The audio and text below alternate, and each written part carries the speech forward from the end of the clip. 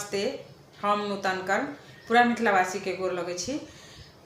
अखन हम एलो हाँ मधुश्रावणी के छठम दिनक कथा लक जे संध्या के विवाहक कथा अछि और लिली के जन्म के कथा अछि। तो सुनू केहन लागल जरूर कहब अहाँ सब। तो एक जखन कि जे संध्या विवाह योग होइ छथिन तो मैना कहै छथिन कि जे सब बेटी के हमरा बुढ़वे बर से बियाह भेल अछि, तो हम संध्या के लेल खूब सुंदर बर खोजब तखने हम बियाह करब, नहीं तो हम संध्या के कुमारिए राखब। तो जखन आब ई बात सब होइ छनि तब हुनका तो सब बेटी के बियाह भोले बाबा से लिखल रहे छनि जे भोले बाबा के साथ हुनकर विवाह हेतनि। तखन आब की करथिन तो भोला बाबा आब अपन चक्र चलबै छथिन, माया चलबै छथिन। खूब सुंदर वेशभूषा दऽ कऽ लऽ कऽ आ मतलब बैसल रहै छथिन। एम्हर नारद जी बर जखन खोजैत रहै छथिन तऽ भोला बाबा के देख कऽ पूछै छथिन जे मतलब अहाँ कतऽ जाइ छी। नारद जी पूछे तऽ कहलखिन संध्या के लेल बर खोजऽ ला जाइ छी, से तीन भुवन में सुंदर बर हुनका चाही, मैना के सुंदर जमाय चाही, से कतौ नहीं भेटै छै। भोला बाबा हंस कऽ कहै छथिन हमरा सँ सुंदर बर तऽ अहाँके कतौ नहीं भेटत। नारद जी सोचऽ लगलखिन जे सही में कहि रहल छथिन, हिनका सन के सुंदर बर तो हमरा नहीं भेटल अखन तक, तो हिनके से कियाक नहीं संध्या के विवाह भ जाए। तो भोला बाबा के लऽ कऽ द्वारि पर लागै छथिन आ नारद जी कहै छथिन कि जे अहाँ के लेल हम संध्या के लेल बर खोज कऽ अनलहुँ हँ, से अहाँ देखू हिनका अहाँ के पसंद अछि कि नहीं। तो देखै छथिन खूब सुंदर पियर पीताम्बर पहिरने, मुकुट पहिरने और देखते खूब सुंदर लगै छथिन। एते सुंदर रूप बना लेने रहै छथिन भोला बाबा, देख कऽ मैना गदगद भऽ जाइ छथिन आ कहै छथिन कि हाँ हमरा एहने जमाय चाही अपना बेटी के लेल। फिर खूब सुंदर से सजा बजा कर बेटी के बियाह दान सब चीज करै छथिन। बियाह भेल, चतुर्थी भेल, मने हर विध मैना के अही में पूरा होइ छनि। संध्या के विवाह सब चीज विध विधान से कऽ कऽ आ संध्या के बियाह कऽ कऽ विदागरी के लेल सब चीज साँठि राइज कऽ विदा कऽ दै छथिन। महफा में बैसाबै छथिन बेटी के आ विदा कऽ दै छथिन। जखन विदा भऽ कऽ जाइ छथिन तऽ किछु दूर जखन कैलाश रहै छै ओहिठनी फेर हुर्री बसात अपन उठा दै छथिन माया सब महादेव सबटा फेर उड़िया पुड़िया जाइ छै। संध्या असगरे रहि जाइ छथिन आ भोला बाबा संध्या के कहै छथिन अहाँ एतै रुकू, से हम अबै छी कैलाश पर से देखियनि जे गौरी के की समाचार छनि। अब एम्हर गौरी के कहानी कहै छी जे गौरी से महादेव के खोजऽ लगलखिन, नहीं देखै छथिन कैलाश पर। तो एक दू घर पूछै छथिन कि हमर महादेव के देखलिए न, कतौ गेलखिन न कि अहाँ सब देखलिए। तो कहै छथिन हाँ ये महादेव तो बियाह करऽ गेलथि हन।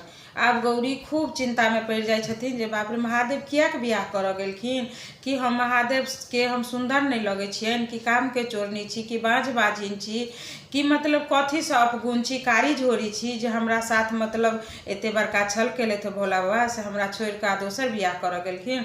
आ ई सब सोचैत सोचैत हुनका पसीना से देह में एतेक ने मतलब मैल जका छोड़बैत रहे छथिन, छोड़बैत रहे छोड़ा छोड़ा कऽ मैल के जे धरै छथिन तो ओकरा झिल्ली माटी जका बना दै छथिन आ कनैत रहै छथिन। तखने महादेव अबै छथिन कैलाश पर, गौरी लग में जाइ छथिन तो गौरी के देखै छथिन कानैत। तो उ की करै छथिन अपन अंगुरी छीट के कंगुरी आंगुर से अथी चीर कऽ पर कनी रक्त छीट दै छथिन ओ झिल्ली माटी पर, तो उ प्राण भय जीवित भऽ जाइ छै।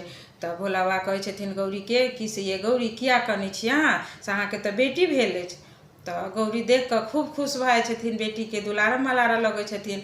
लेकिन हुनका तो मन में दुख रहै छै जे महादेव बियाह करऽ गेल छलथि असगरे एलथि हँ, पूछऽ तऽ पड़तनि। तब कहलखिन कि हे भोलेनाथ हमरा से की त्रुटि भेल, अहाँके काज में त्रुटि भेल कि हम सुंदर नहीं छी, कि हम बाँझ बाझिन छी जे अहाँ दोसर बियाह केलहुँ हँ। महादेव कहलखिन नहीं अहाँ चोर छी, नहीं अहाँ छिनारि छी, नहीं अहाँ कारी झोरी छी, नहीं काजक चोरनी छी, अहाँ में कोनो अपगुण नहीं है ये गौरी। लेकिन हमरा लिखल छलै जे संध्या से विवाह हैत, तऽ ताहि लऽ कऽ हमरा संध्या से विवाह भेल, तऽ अहाँ नहीं दुख मतलब मानू।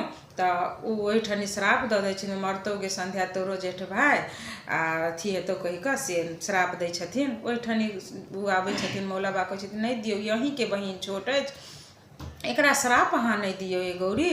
तो संध्या के फेर कतेक गौरी के समझेला के बाद संध्या के परी छरिछ के घर आनै छथिन। घर आनै छथिन तखन गौरी की कहै छथिन महादेव से जे हमरा लिली के खिलाबऽ लेल एकटा नौकर चाकर चाही, से हमरा नौकर खोज कऽ अहाँ आनि दिअ। तो कहलखिन ठीक छै। महादेव निकलै छथिन नौकर खोजऽ के लेल। खोजैत खोजैत रास्ता में बेरसी भेटाइ छनि हुनका। तो बेरसी पूछै छथिन से अहाँ कतऽ चललहुँ हँ, तो कहलखिन हम जाइ छी लिली के लेल नौकर खोजऽ के लेल। तो बेरसी की कहै छथिन कोन जरूरी दोसर ठनी जाके हमरे नौकर राखि लिअ न, हम ही लिली के खिला देब अहाँके। तो कहलखिन चलू जब अहाँ खिला देब तब बरसी के लऽ कऽ अबै छथिन, लिली के खिलाबऽ कुदाबऽ सब चीज ओकरा सब चीज करऽ लगै छथिन। तब जाकर एक दिन गौरी की कहै छथिन बरसी से बरसी अहाँ ने लिली के लऽ जाओ आ धर्म कुंड में जाकर नहा देबनि और अथी में सोहाग कुंड में औंठा डुबा देबनि। कहलखिन ठीक छै, लेकिन जखन जाइ छथिन बरसी हुनका लऽ कऽ तऽ धर्म कुंड में नहीं नहा कऽ की करै छथिन सोहाग कुंड में नहा दै छथिन आ धर्म कुंड में औंठा डुबा दै छथिन। जाहिसँ की होइ छनि तऽ हुनका धर्मक लेश कनिको नहि रहै छनि लिली के आ सोहाग से भरल रहै छथिन हुनका। तब जाकर किछु दिन जखन बालिका सब युवा होइ छथिन तखन विवाहक योग होइ छथिन लिली, तऽ विवाहके लेल बर खोजऽ लगै छथिन। तऽ लिली कहै छथिन कि जे हमर जब विवाहे करब अहाँ सब तऽ हमरा हिनके से बियाह कर दिए बरसी से हम हिनके मतलब पति रूप में चाहै छी। गौरी कहलखिन जखन जे हिनका पसंद छनि तऽ बरसिए से बियाह कऽ देल जाओ। तऽ एही रूप में बरसी से लिली के बियाह कऽ दै छथिन महादेव आ विदागरी करा कऽ कहै छथिन लऽ जाओ। तऽ लिली के की करै छथिन बरसी अपना पाग में लपेट कऽ राखि लै छथिन आ विदा भऽ जाइ छथिन। तऽ इहे छला संध्याक विवाह और लिली के जन्म के कथा।